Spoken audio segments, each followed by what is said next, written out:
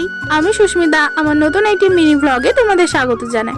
অনেক দিন হলো তোমাদেরকে আমার এই গাছগুলির কোনো আপডেট দেওয়া হয়নি, তাই আজ ভাবলাম তো চলো তোমাদেরকে এই গাছগুলোকে একটু ঘুরিয়ে রাখি। আমার গাছে কিন্তু অবশেষে ফুল ফুটতে শুরু করে দিয়েছে। দেখো প্রত্যেকটা গাছেই কিন্তু সুন্দর ফুল ফুটতে শুরু করে দিয়েছে। আর ফুটবেই না কেন বলো, কত যত্ন নয় করেছি। গাছও কিন্তু বোঝে মানুষের ভালোবাসা। দেখো কত ভালোবেসে যত্নে লাগিয়েছিলাম বলে আজ তার আমি প্রতিদান পাচ্ছি। এখন অবশ্য সবার গাছে অনেক বেশি বেশি করে ফুল ফুটতে শুরু করে দিয়েছে, কিন্তু আমি যেহেতু এই বছর গাছগুলো একটু লেটে লাগিয়েছিলাম, তার জন্য আমার গাছগুলো এই সবে সবে ফুল ফুটতে শুরু করেছে।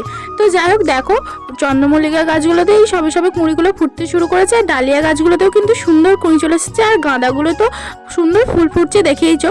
আর দেখো এই যে এই গাছ চন্দ্রমল্লিকা গাছটা পুরো পোকায় খেয়ে নিয়েছিল, এটাতেও কিন্তু ভালো করে ডালপালা গজিয়ে গেছে। আর কসমস গাছগুলো তো বলাই রাখে না, এগুলো কিন্তু দারুণ ফুল দিচ্ছে।